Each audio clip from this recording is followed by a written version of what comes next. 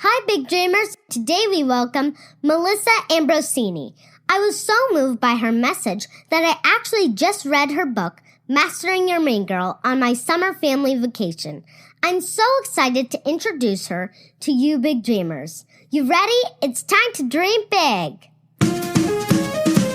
Welcome to the Dream Big podcast show. We're inspiring you to shoot for the moon, take aim and go. We bring to you amazing guests who truly love what they do. Every day they're living their dreams, and so can you. Dream big, take action to reach your goals. Are you pumped yet? It's showtime, let's rock and roll. Welcome to the Dream Big podcast show. I am your host, Eva Carmen. And today my mom and I are thrilled to have Melissa Ambrosini on the show. Melissa is an inspirational speaker, best-selling author, and fellow podcaster. She wrote an incredible book called Mastering Your Mean Girl, which I just finished reading and absolutely loved. We talk about the book in our discussion, so you'll be hearing about that shortly. But I do highly recommend the book. I'm so happy to introduce you to the delightful Melissa Ambrosini. So let's roll the tape. Hi, Melissa. Hi, sweetie. How are you? Good. Welcome to the Dream Big podcast show. I'm so excited to talk to you today. I read on your bio that there was a time that you were not very happy. In your words, working a soulless job, eating junk, and drowning in the daily grind. Can you share a little bit on why you were so unhappy and how you created such a dramatic turnaround in your life? I was very unhappy because I was living a very externally outward life. You know, my measure of happiness was on what I looked like, the work that I was doing, the status that I had, and living a life where your happiness is determined by your external sources is one that's not very soul-fulfilling. And in 2010, I ended up in hospital very unhappy and unwell. I had depression and an eating disorder and a whole other host of health issues. And that was a message from the universe, I believe, to really get my health and my life back on track and sort it out, because that way of living and being was not fulfilling my soul, and I wasn't on my life's purpose. And in order for me to get back on my life's path and on my true journey, I believe that the universe needed to kind of give me a bit of a wake-up call to get onto that path. So, yeah, that was how I got onto the journey that I'm on today. Cool. So you chose what you love. Did you start doing what you love right away, or how did you change that? Well, when I was in hospital, I realized how unhealthy and unhappy I was. So I went on to study holistic nutrition because I began to understand the power and the importance of nourishing my body. I'd never even referred to my body as a temple, but I started to see that my body was a temple and that I needed to nourish it and look after it. So I went on to study holistic nutrition, and from there, it opened me up to mind-body-spirit connection. I then started to learn about energy and meditation and mindfulness and moving the body from a place of love. And my world opened up. You know, I was exposed to all of these terms that I'd never heard before or been exposed to. And they started to feel really good in my body. So I began to just follow them. I began to implement them into my life, and I've never looked back. Big Dreamers, if you choose love over fear, everything in your life will fall into place, and you'll live the life of your dreams. Imagine if you did everything from a place of love, even the things that you don't typically love doing. Absolutely. I realized that I was doing everything in my life from a place of fear. from how I was eating, to the work that I was doing, the friends that I was surrounding myself with. Every single thing I was doing in my life came from that fear-based place, because I didn't know that there was another way until I was exposed to living a heart-centered path, one where love is your leader. Then my whole life changed. Yes. Well, Melissa, you have very, very interesting work, and we'll talk about the book later. And one of the main topics of your work is women power. And let's talk a little bit more about it. We know that our dad in our family is a little bit outnumbered, so he experiences my mom, and then women myself, power, my baby sister Sophia, and our dog Annie, and he's just outnumbered. Yeah. So what makes girls and women just so special that we even call it women power? I think women are absolutely amazing, amazing creatures. Men are too. Absolutely. They're beautiful and they serve a beautiful purpose. But I love women so much. I think we have such a special role here on earth. And our role is to bring that feminine goddess softness to the world. I believe the world will be healed by the modern woman.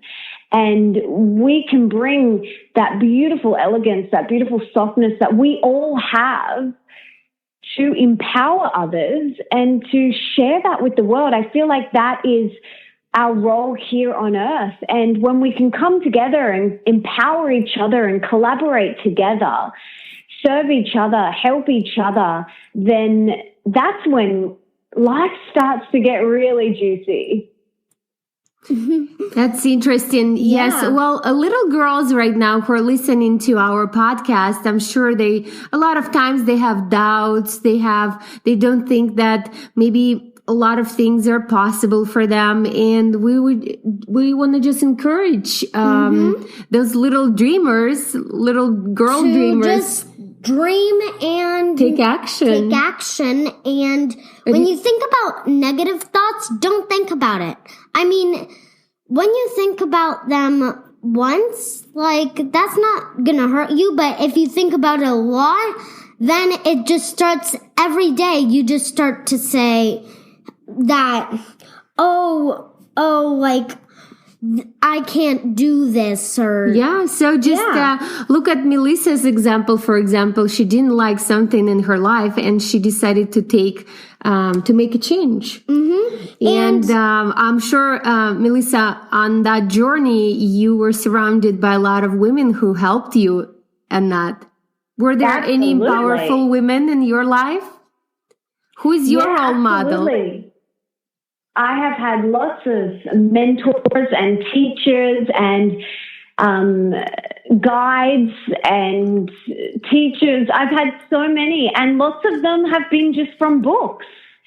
I just pick up books like my book, like Mastering Your Mean Girl. I pick up these books and I just educate myself. And, lots of my friends have been beautiful teachers. Lots of anyone can be your teacher. Go to people who you admire and ask them, to guide you, or just speak, ask them for their opinion. You don't have to go out and spend money on a mentor or a teacher if you don't want to. Just reading books, I think, is one of the best ways to learn from other women. Cool. And you mentioned Mastering Your Mean Girl. What does Mastering Your Mean Girl mean? Well, you know how you spoke about before those negative thoughts in your head? Yeah.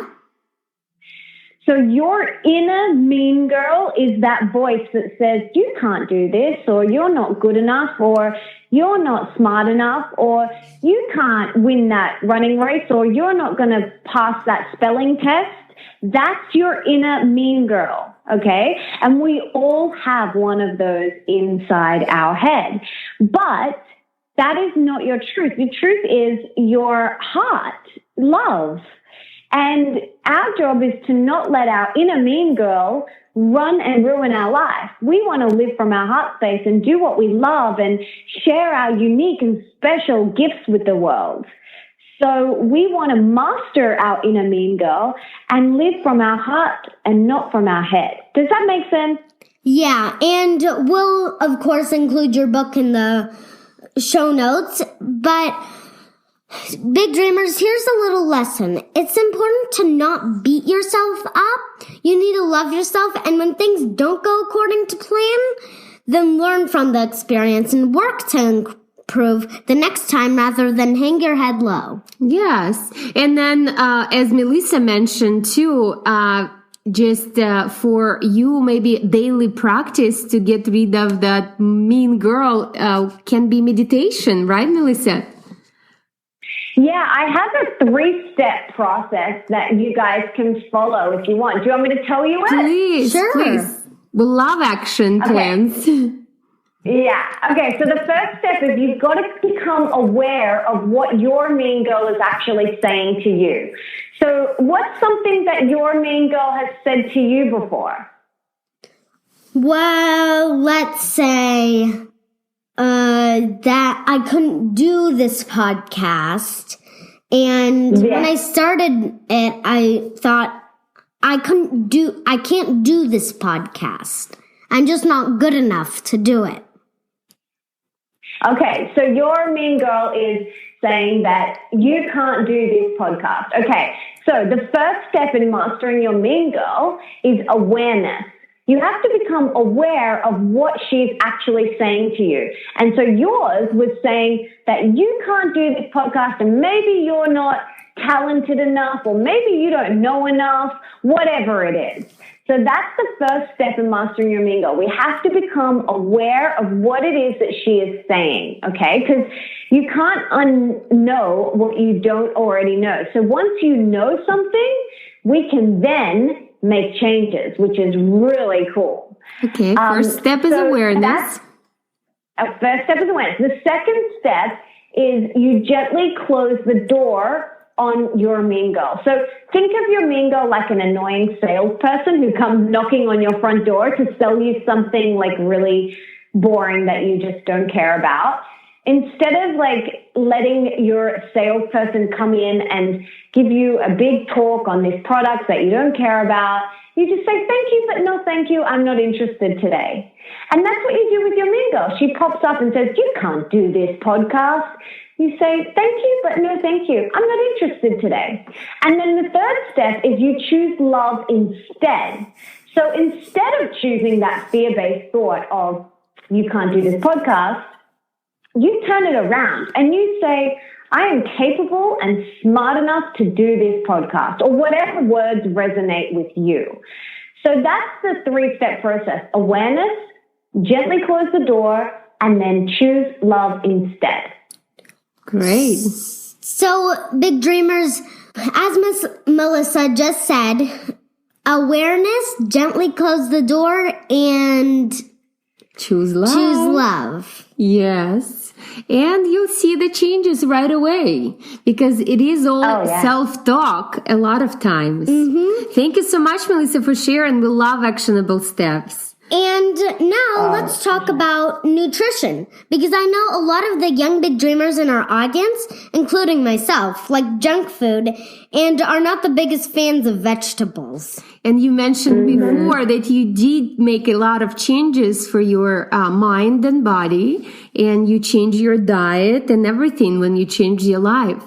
Yeah. Mm-hmm. Absolutely. Nourishing your body is so important. We've got to treat our body like a temple. We only get one of them. And we've got to look after it. It's like if you got a new toy or if you got a new car, you would look after it. You would clean it. You would shine it. You would take care of it. That's the same as our body. We have to nourish it. We have to look after it. We have to clean it. We have to take care of it. And by eating junk food and sugar is not looking after it. We're not going to thrive and be the best version of ourselves if we're not looking after our beautiful temple as much as we physically can.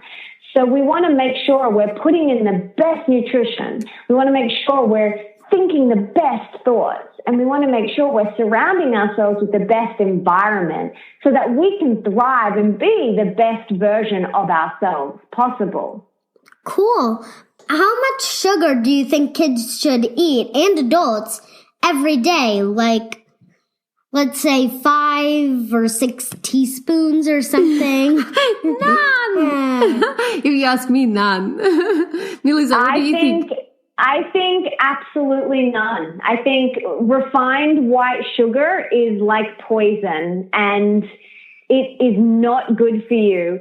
You can get natural sugars in things like fruit and berries and sweet potatoes and things like that. So, you can get natural sugar that way, but you don't want to be eating fake white refined sugar. It's not even a real food. It's a toxic chemical that our bodies don't know how to process. So we don't want to have any of that in our diet. So I have an 11-year-old stepson who spends 1 week with us and then 1 week with his mum. And so the week that he is with us, he has 0 refined white sugar, not even 1 teaspoon. I don't know what he has at his mum's, and that's none of my business.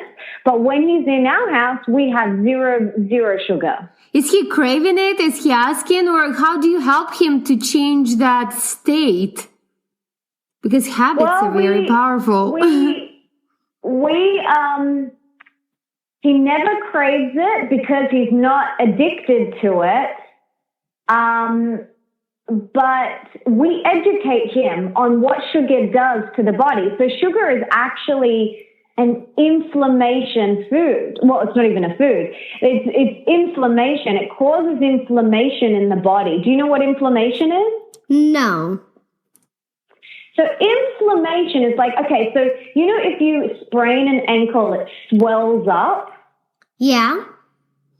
That's inflammation. That's your body, all the blood rushing there to try and help that ankle heal.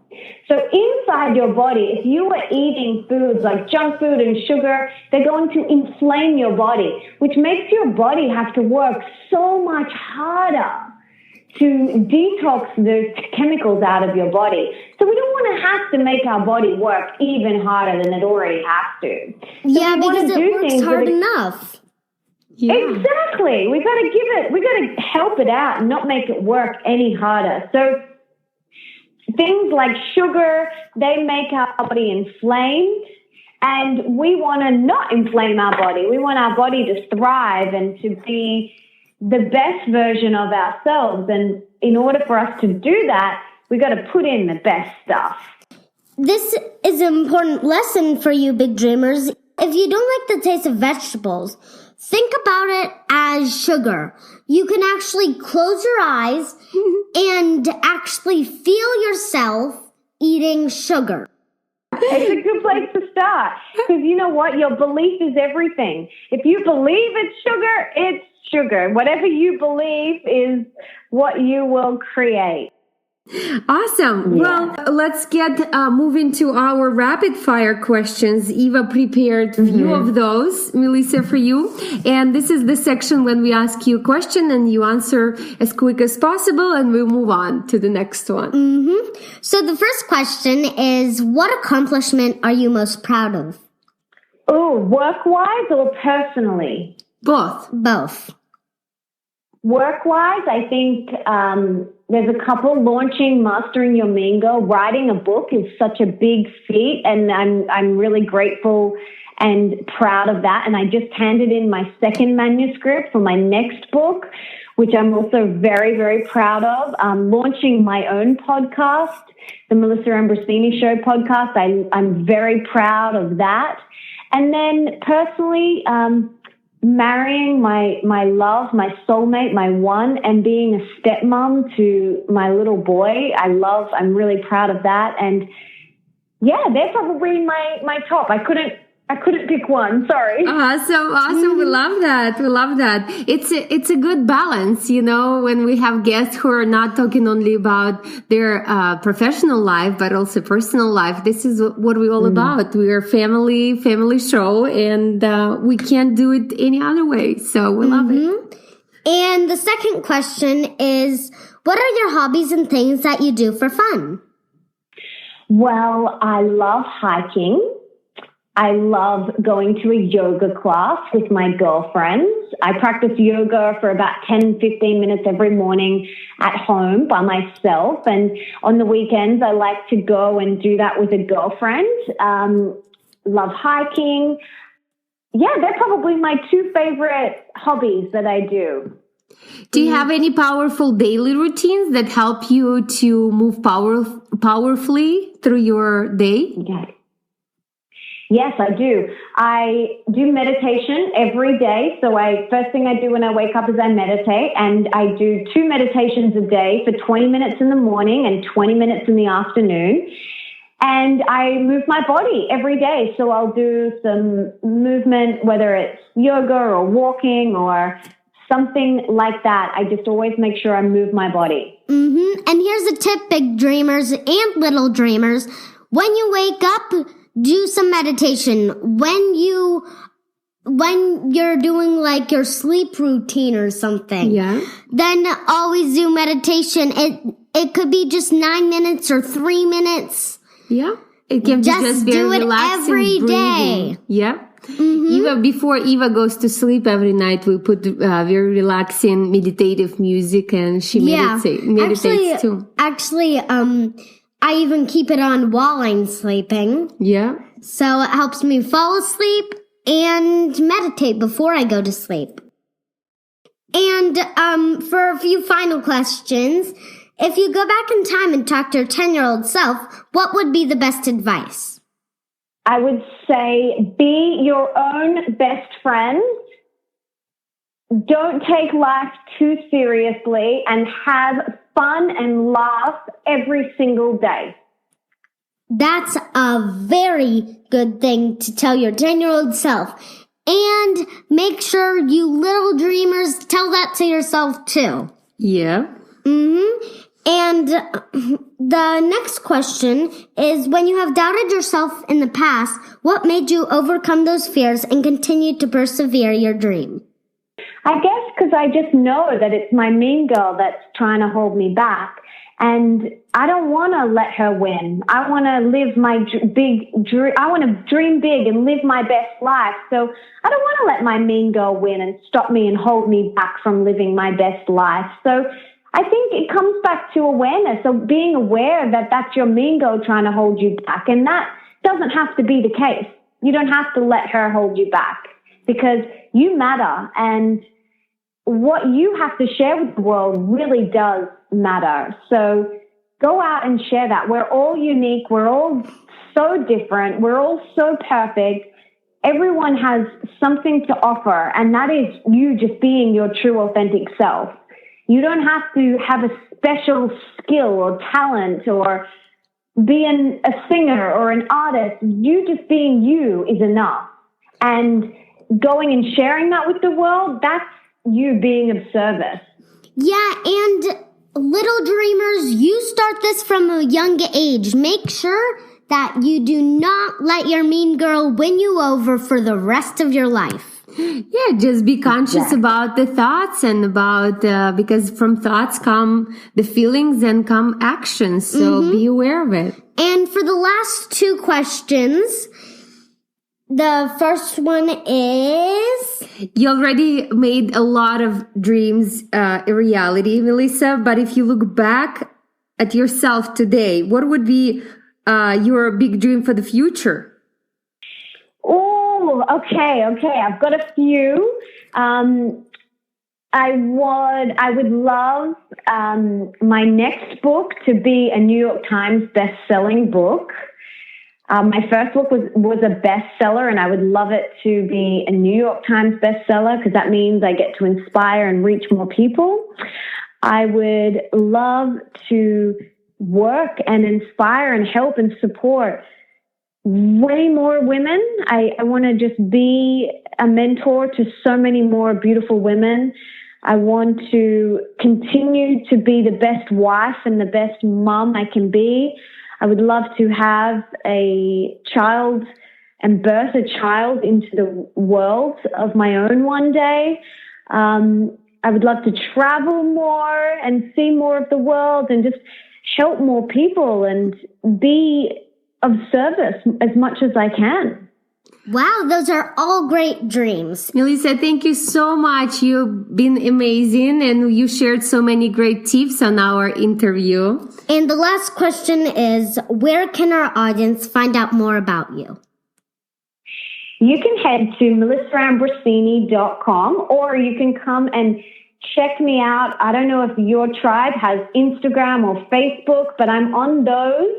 If you want to come and introduce yourself to me on those platforms. But yeah, and I've got my own podcast if you want to listen to that too. Yes, please tune in, and we will include all the links in our show notes for sure. So please find melissaambrosini.com or Melissa Ambrosini Show, Instagram, everything with her name. And check out her book. Thank you, Melissa. It was such a pleasure talking to you. And we're looking forward to see you in LA one day. Yes, I will be there next March. So we'll definitely have to stay in touch. And I would love to see you. Thank you. Have a great day. Bye. Okay, bye. Big dreamers, remember to master your own thoughts. Make your dreams a reality by taking actions and follow what Melissa said. 3 steps, meditation, and just being aware of what you think, how you live your life, and just do your best. Yep. Bye. I simply love Melissa. She's like a breath of fresh air. So lovely. And again, I just finished reading her wonderful book, Mastering Your Mean Girl, which I highly recommend you check out. And finally, if you haven't already, please be sure to subscribe to our podcast on iTunes so you'll automatically get new episodes as soon as they are published. If you can leave an honest review, that would be very helpful to get more exposure for the show and help us to continue to bring you great guests. It would mean the world to us. Thank you again for tuning in. I'll see you in the next episode, and remember to always dream big. Bye!